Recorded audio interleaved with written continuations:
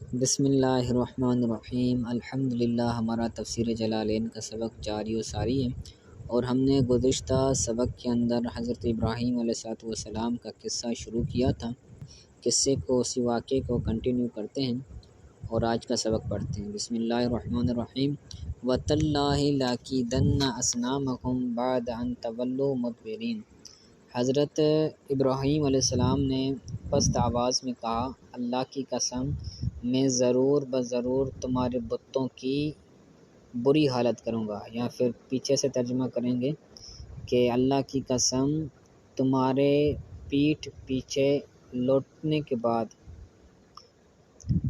میں تمہارے بتوں کی بری حالت کروں گا۔ تو اصل میں یہ ہے کہ جو آپ کے قبیلے والے تھے وہ کسی میلے کے اندر کسی لہو و لعب کے لیے ہو جایا کرتے تھے، پھر جب وہ وہاں سے لوٹتے تھے تو پھر بتوں کی عبادت کرتے تھے۔ تو جیسے وہ وہاں میلے کے لیے روانہ ہوئے تو حضرت ابراہیم علیہ السلام نے یہ اپنا قول پست آواز میں کہا، اور کچھ جو زعیم العمر لوگ تھے انہوں نے یہ آپ کا قول سماعت کر لیا۔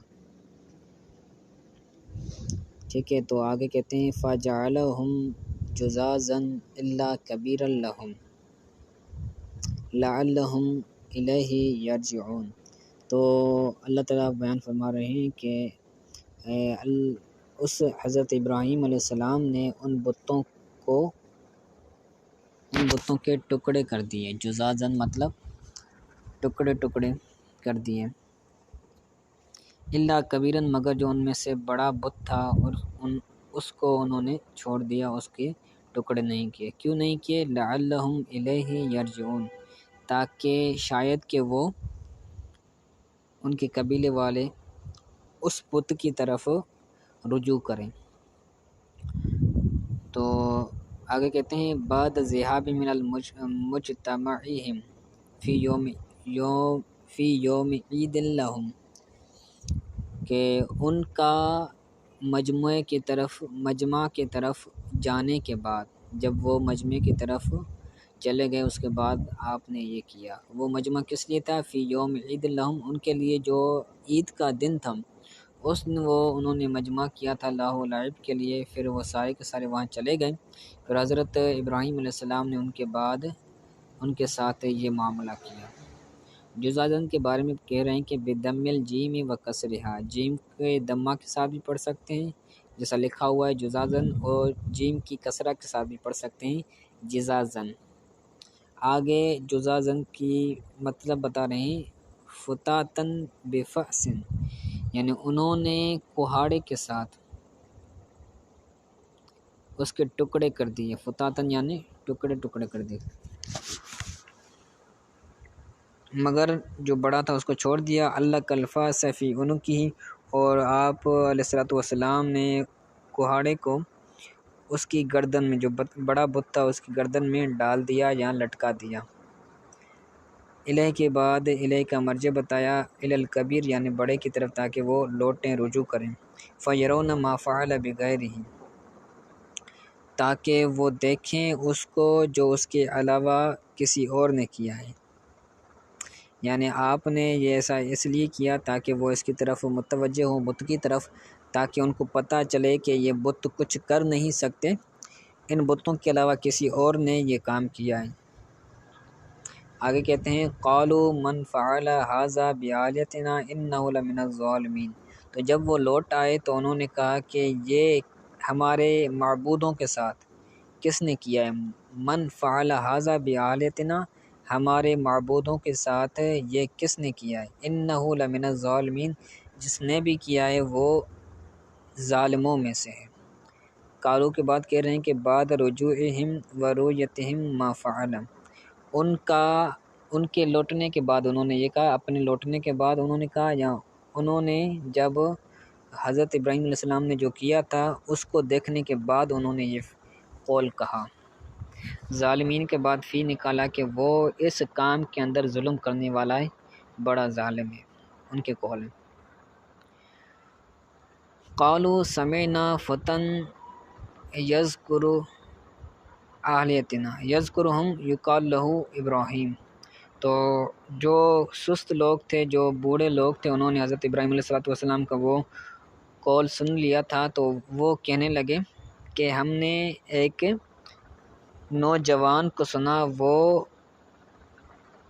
ہمارے معبودوں کو برا بلا کہہ رہا تھا۔ سمینا فتن یذکر، ہم نے ایک نوجوان کو دیکھا جو یذکرہم، جو ان بتوں کو برا بھلا کہہ رہا تھا۔ یقال لہ ابراہیم، اس نوجوان کو ابراہیم کہا جاتا ہے۔ قالو کے بعد کہہ رہے ہیں کہ بعضہم لبعض، ان میں سے بعض کو کہنے لگے۔ یذکرہم کی معنی بتا یعنی یعیبہم، یذکر بابانا برا بھلا کہنے کے۔ آگے کہتے ہیں قالوا فأتوا بہ علی اعین الناس، تو انہوں نے کہا کہ اس کو لاؤ لوگوں کے سامنے، اعین الناس یعنی لوگوں کے سامنے۔ بہی کا مرجع، بہی کے اندر جو ضمیر کا مرجع ہے وہ حضرت ابراہیم علیہ السلام کے، اس کو لاؤ لوگوں کے سامنے، اے ظاہراً یعنی ظاہر طور پر اس کو ظاہر کرو، لعلہم یشہدون تاکہ لوگ اس پر گواہی دیں، علیہ انہ فاعل کہ وہی یہ کام کرنے والا ہے۔ قالوا اانت فعلت ھذا بآلہتنا یا ابراہیم، انہوں نے کہا کہ کیا یہ تو نے کیا، یہ ہمارے معبودوں کے ساتھ تو نے کیا ہے اے ابراہیم؟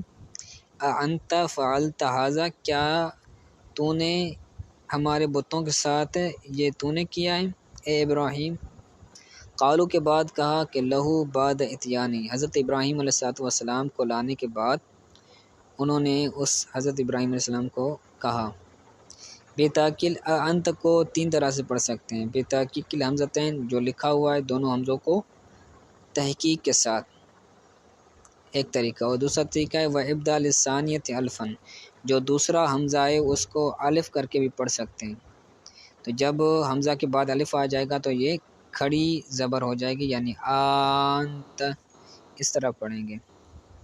وتسہیلھا وادخال الف بین المسألۃ والاخری وترکہ، اور اس کو تسہیل کے ساتھ بھی پڑھ سکتے ہیں دوسرے حمزے کو، اور الف کو مسئلہ یہ اصطلاح تجوید کی، اس کے بین بھی پڑھ سکتے ہیں الف ڈال کر، والاخری وترکہ، اور پہلے حمزہ کے درمیان بھی ڈال سکتے ہیں الف کو، اور دوسرے حمزہ کے بعد بھی الف کو ڈال سکتے ہیں، وترکی، اور الف کو ترک کر کے بھی ہم اس کو پڑھ سکتے ہیں۔ بہرحال یہ ایک تجوید کی گہری بات ہے جس کو ماہر قاری صاحب ہی پڑھ سکتے ہیں اور سمجھ سکتے ہیں اور ان کے درمیان فرق کر سکتے ہیں۔ بہرحال آگے ہم پڑھتے ہیں۔ قال بل فعلہ کبیرہم ھذا فاسألوہم ان کانوا ینطقون، تو حضرت ابراہیم علیہ السلام نے کہا کہ بلکہ یہ اس بڑے نے کیا ہے، فعلہ کبیرہم، ان کا جو بڑا ہے، بڑا بت ہے، اس نے یہ کیا ہے، فاسألوہم، تو تم ان سے سوال کرو، ان کانوا ینطقون، اگر وہ بولنے والے ہیں، اگر وہ بات کرنے والے ہیں تو تم ان سے سوال کرو۔ قال کے بعد ساکتاً عن فعلہ، اپنے فعل سے ساکت ہو کر آپ نے یہ فرمایا، فاسألوا عن فاعلہ، تو یہ کام کرنے والے سے تم سوال کرو اگر وہ بولنے والے، فیہ تقدیم و جواب الشرط، اس میں جواب شرط کے جواب کو مقدم کرنا ہے، تو یہاں پر ان کانوا ینطقون یہ شرط ہے اور فاسألوا اس کی جزا ہے، تو اصل میں شرط پہلے ہوتی ہے اور اس کی جزا، اس کا جواب بعد میں ہوتا ہے، حالانکہ اس کا جواب فاسألوا ہے اور شرط جو ہے وہ ان کانوا ینطقون ہے، تو اصل میں ہونا چاہیے تھا کہ ان کانوا ینطقون فاسألوہم، لیکن اس میں شرط کے جواب کو مقدم کیا گیا ہے، صحیح ہے، حصر کی معنی کے لیے۔ وفیما قبلہ تعریض، اور اس سے پہلے جو ہے کہ حضرت ابراہیم علیہ السلام نے فرمایا کہ یہ کام ان کے بڑے نے کیا ہے، تو اس کے اندر اشارہ تھا حضرت ابراہیم علیہ السلام کے اس قول کے اندر اشارہ تھا، تعریض اشارہ تھا، لہم ان کو، کہ کیا اشارہ تھا، بأن الصنم المعلوم عجزہ عن الفعل لا یکون الہا، کہ بتوں کا عاجز ہونا فعل سے، بتوں کا بأن صنم المعلوم عجزہ عن الفعل، کہ بتوں کا فعل سے عاجز ہونا یہ معلوم ہے، کہ بت فعل نہیں کر سکتے، وہ فعل کرنے سے عاجز ہے، لا یکون الہا، تو جو فعل سے عاجز ہو وہ معبود کیسے ہو سکتا ہے، وہ الہ کیسے ہو سکتا ہے۔ تو اس بات کی طرف حضرت ابراہیم علیہ السلام کا اشارہ کرنا تھا ان کے قول بل فعلہ کبیرہم کے اندر، ٹھیک ہے۔ آگے کہتے ہیں فرجعوا الی انفسہم، تو وہ اپنی نفس کی طرف، اپنی باطن کی طرف وہ رجوع کرنے لگے، فقالوا انکم انتم ظالمون، تو انہوں نے اپنی اندر ہی میں کہا کہ بے شک تم ظلم کرنے والے ہو۔ تو ایک ہوتا ہے بندے کے دل کے اندر جب بات آ جاتی ہے تو وہ اس کا اظہار بھی کرتا ہے، اور بعض ہوتے ہیں کہ دل ہی کے اندر بات کو رکھتے ہیں۔ تو یہاں پر جو ان کا فعل تھا یہ بھی دل ہی کے اندر تھا، کہ وہ دل ہی کے اندر خود کو غلط تو ثابت کر رہے تھے، لیکن آباء و اجداد کے طریقے پر چلنے کی وجہ سے وہ اس کا اظہار نہیں کر سکتے، لہٰذا وہ مشرک ہی ٹھہرائیں گے، کیونکہ اسلام کا اور ایمان کا تعلق ظاہر کے ساتھ ہے۔ اگر کوئی بندہ ظاہراً ایمان لاتا ہے، زبان سے اقرار کرتا ہے، دل سے تسلیم کرتا ہے، تو وہی اللہ تعالیٰ کی بارگاہ میں مومن اور موحد شمار ہوگا، ٹھیک ہے۔ تو انہوں نے اپنی جان کی طرف نظر کرتے ہوئے کہا کہ بے شک تم ظالم ہو۔ انفسہم کے بعد بالتفکر نکالا، یعنی غور و فکر کے ساتھ انہوں نے اپنی طرف نگاہ کی، لانفسہم یعنی انہوں نے اپنی دل ہی میں کہا، انہوں نے ظاہراً زبان سے نہیں کہا۔ ظالمون کے بعد بعبادتہم من لا ینطق، کہ جو بات ہی نہیں کرتا اس کی عبادت کر کے تم کیا ہو، ظالم ہو، ٹھیک ہے۔ اتنا کافی ہے میرے خیال میں، تو اس کو اچھی طرح سے یاد کیجیے گا، انشاءاللہ تعالیٰ پیر والے دن یہ سبق سنا جائے گا۔ السلام علیکم ورحمۃ اللہ وبرکاتہ۔